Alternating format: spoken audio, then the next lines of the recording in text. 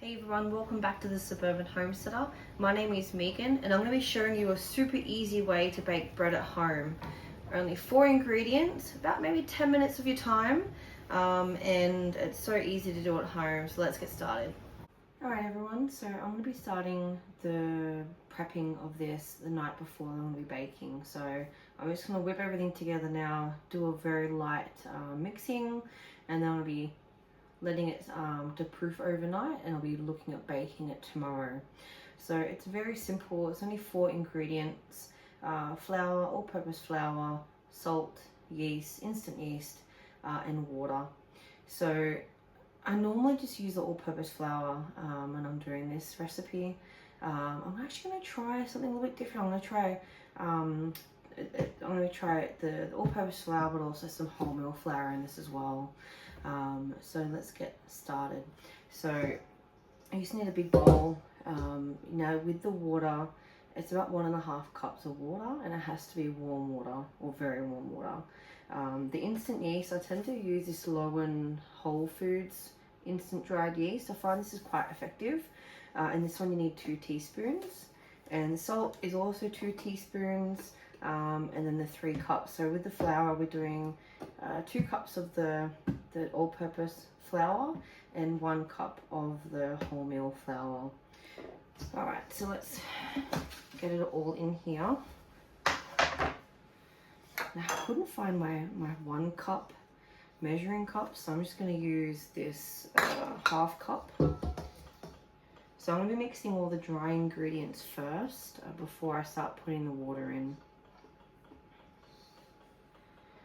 So, because it's a 1/2 cup, I'm going to have to double, so I'm going to have to do 4 of these cups.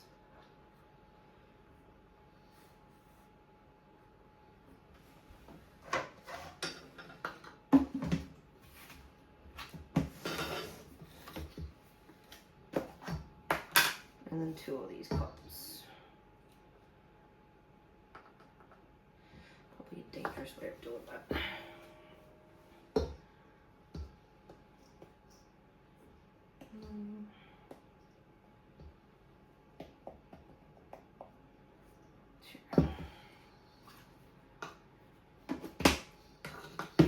So sometimes some recipes put the yeast in with the water and mix it and then you pour it in. But this one you put all the dry ingredients first. So the 2 teaspoons of salt. 1, 2. And the 2 teaspoons of the yeast. 1, 2. Now I'm just going to use this dough whisk because it was given to me, but that's just all the dry ingredients there. Just give it a quick little mix. And then the idea with the water is you just slowly pour it in as the dough starts to form and it becomes like flaky.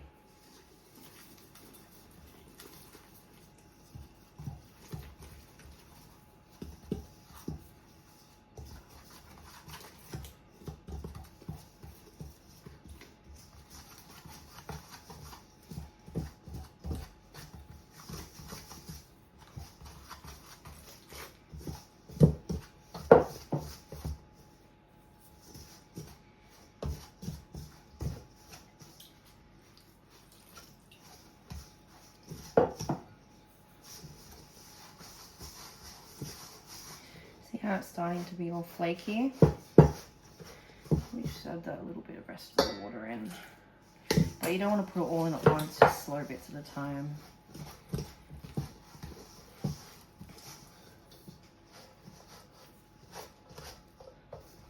Alright, so that's pretty much done.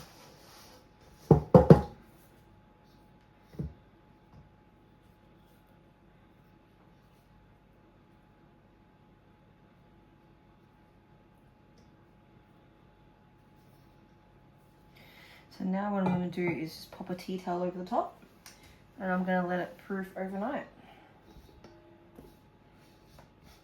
Now it's quite warm in here because I have been cooking. You can leave it in the oven just with the light on. I usually leave it in the kitchen because it's quite warm in here. And you could do this during the day too, but I'm just doing it overnight. It makes it a lot easier for the next day. So see you tomorrow. All right, a little quick sneak peek of the morning. So that's what it looks like. So it doesn't look like much, but I won't be attending to it straight away as I'll be getting the kids set, and I'll come back to it later and I will have a look at kneading it. Now, it is a no knead recipe, but I do like doing a little bit of kneading to help with stretching the gluten and try and get it a bit more airy for when it's baking. But I'll come back to that and I'll take you through the process. All right, so I'm back and we're going to get our dough out. So I'm just going to lightly flour the surface so it doesn't stick.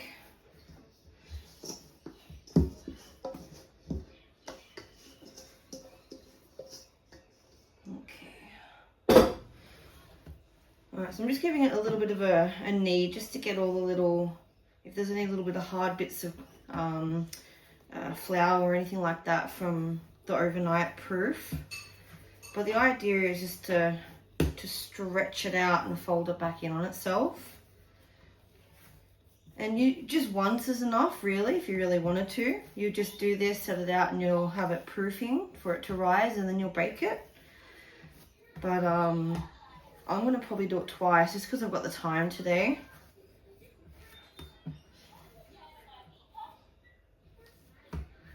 Alright, so I'm going to pop that back in the bowl, and then I'm going to let it rise over the next few hours.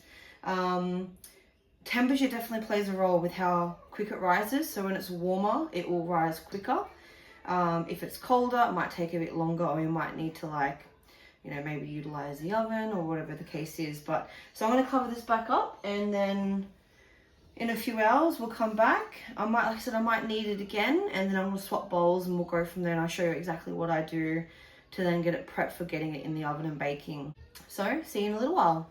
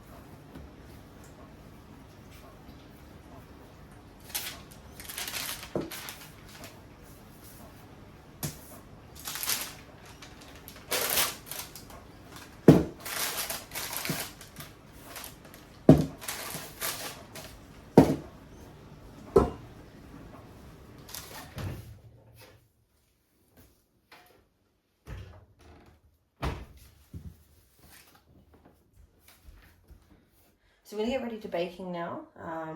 So I'm going to be preheating the cast iron enamel casserole pot dish that I usually use for baking bread. So I preheat that as well. So I bought this cheaply from, I think it was like Kmart for like 20 bucks.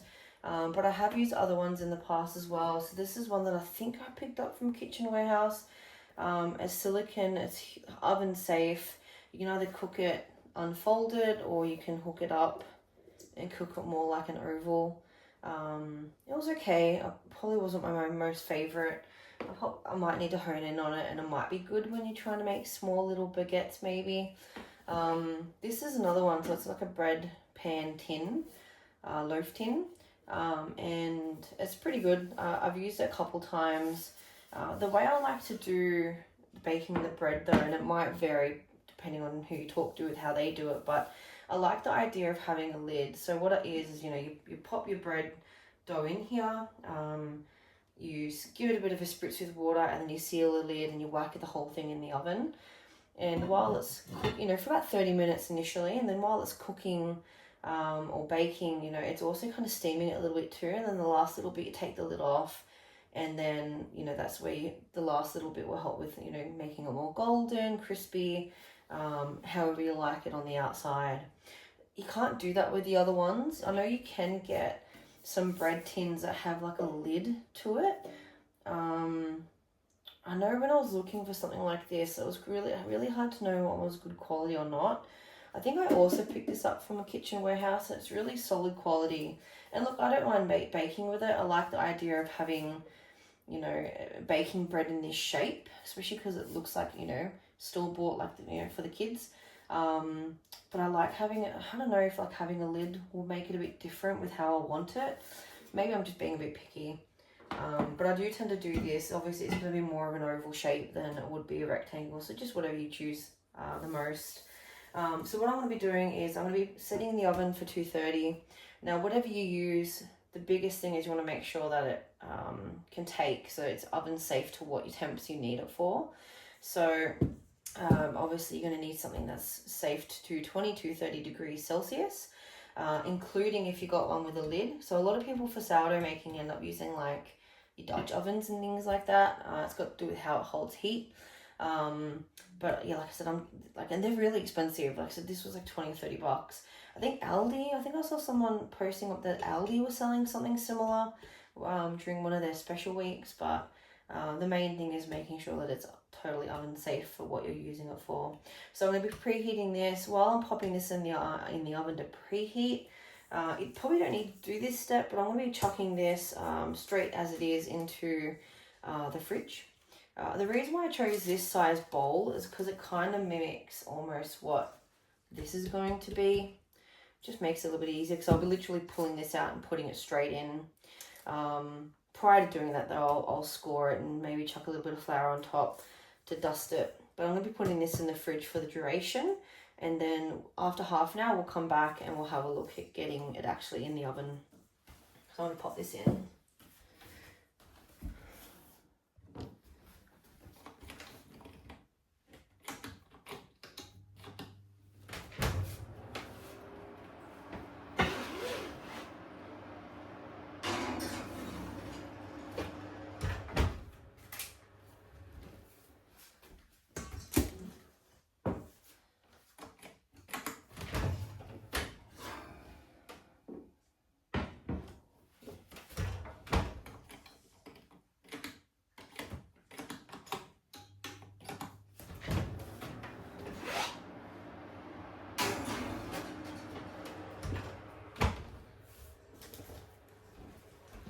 Alright everyone, so while it was proofing in the fridge and the oven preheating, I decided I might actually take this out and do a light shaping, just so you know what it looks like.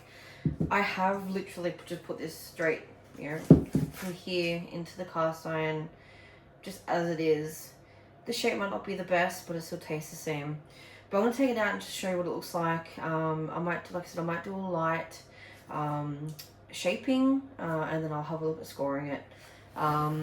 So you might be asking why I stuck it in the fridge. It's called cold proofing, just helps slow the fermentation. It's supposed to help with texture and flavor and stuff. You might not necessarily need to do it, but this is what it looks like. So it had risen and now it's dropped obviously a little bit, and that's okay. So I might just chuck a little bit of flour down.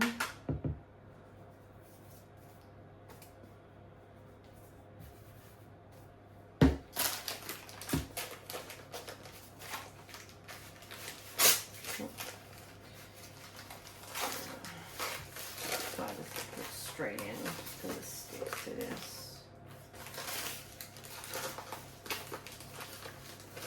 And look, you're gonna have fails. You're gonna have wins and you're gonna have fails, and that's okay. Like right now, this is not going so well. but that's all right.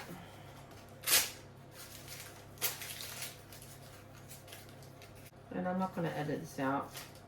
Some people just show, you know, the best bits, the successes. Man, this is really sticking. This has not done this before. My gosh, so stuck. Yeah, normally that doesn't do that, but anyways. I don't care. I'll still eat it. Okay.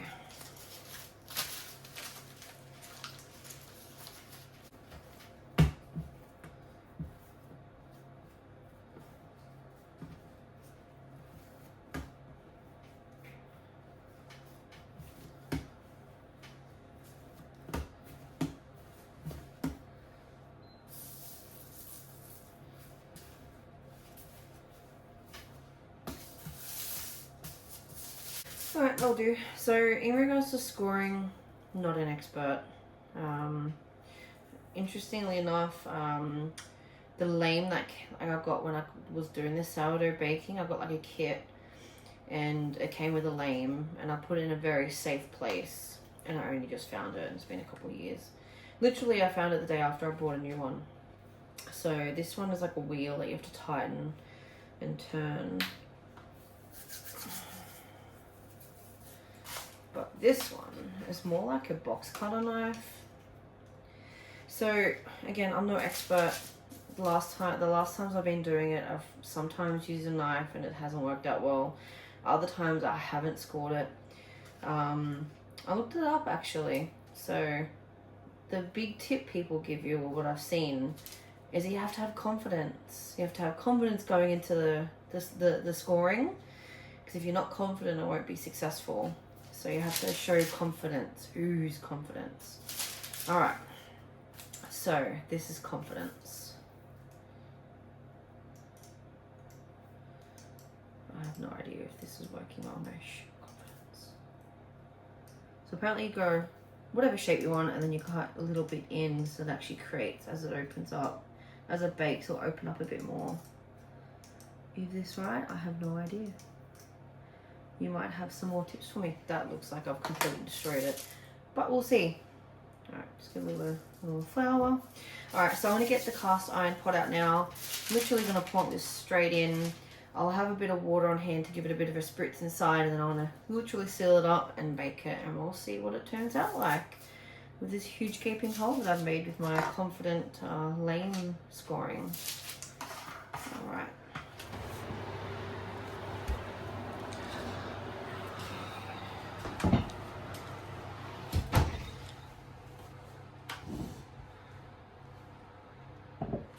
So I just want to chuck this straight in. I like using baking paper because then you can easily place it in and get it out. So with having a lid on, I'm just going to give it a quick little spritz with some water. Some people just use spray. I just use my hands.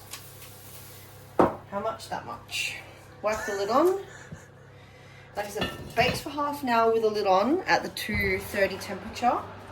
And then for the last 10-12 minutes, you want to take the lid off. And then from there, it just depends on how golden you want it to be. So it turned out pretty well. Look, I'm happy with it. I'm no expert in baking. You know, it has a nice golden color. You know, the scoring on it. Look, I haven't done it before. It looks fine to me. You see a lot of Instagram posts and videos where it's like they're really perfect and they've done all the different designs on it. If you're at that level, excellent. I'm definitely not there. Whether it was the way I was holding the lame or not, I'm not sure. Something that I'll keep working on, but is it necessary? No. I don't feel like it is, but you might have a different opinion. That's completely fine. The main thing that I really wanted to get at with this video is just how easy it is to bake your own bread. I didn't make my own bread for so long because I just felt intimidated, you know, and that was like with a lot of the different things, like making my own vanilla extract and all that kind of stuff. Like, I just felt too intimidated to do it or try it at home. You know, you see a lot of posts or videos on YouTube or Instagram, Facebook, where, you know, they're making the perfect loaves, the perfect designs, Sometimes they make it seem really complicated with making your own bread as well.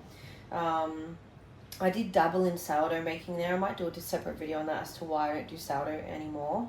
You know, but it's so easy and basic. 4 ingredients, very little effort on your part, and you can work it around your schedule. So like I said, last night is when I prepped my initial dough, and over the course of the day, very little time in you know, doing a few little kneads here and there, maybe shaping it up, and then the actual baking part's probably the longest part it took. So look, simple. You can experiment, definitely. You know, you can experiment with the flours. I ended up doing 2 cups all-purpose flour, one cup wholemeal. When I was doing sourdough breaking, I was experimenting with a bit more flour, which I'll definitely do with this as well. But you can just use all 3 cups of your all-purpose flour. You know, you can definitely experiment there, have different flavors. It might change the shape in regards to like how much it rises or how dense it is. But give it a try, you know. Try it. If it doesn't work, cross it off. If it works, tick it off, and then try something else, and just have your own little repertoire of what you like. In regards to what you bake it in, totally up to you as well. Like I use a cast iron enamel casserole dish with a lid. I quite like I said before, like having a lid on it. I just find having that option to be able to steam it a little bit too works out really well. You can use a bread tin. You can just go free, and you know, like when you do baguettes, you don't actually have to have it in anything. Just pop it on a tray and you know, give that a try too. I do find though the proofing is the most important part, like giving it time to rise and being mindful of, you know, if it's a warm temperature, it will rise a bit quicker. If it's too cold, you might not get as much rise. You know, I'm quite happy with this rise. You may be able to get more. I think because it's stuck to the parchment paper a bit more. Like I said, that's never happened to me before, but you know, it happened. I don't care. Maybe that had a role as to how this one turned out. Would it had a bigger rise if it just came off that parchment paper easier like it has in the past? Who knows? But anyways, that's how I do my bread baking. Hopefully I've inspired you to do it at home. Like I said, don't be intimidated. It's super easy, super simple. Doesn't take too much time on your part, and you know, it is definitely better than store-bought bread.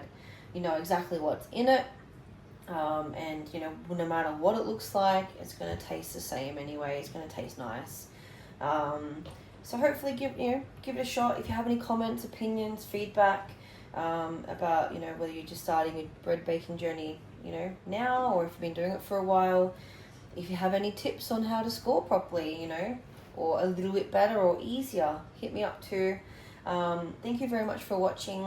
If you like this video, please like and subscribe to our channel, the Suburban Homesteader AUS. I also have an Instagram page, the Suburban Homesteader AUS. We post a bit more daily updates and progress there, so head over to there and give us a follow there as well. I'd appreciate it. But in the meantime, I won't be cutting into this now like I normally would. We're going to be saving this for the weekend, but give it a crack and happy baking.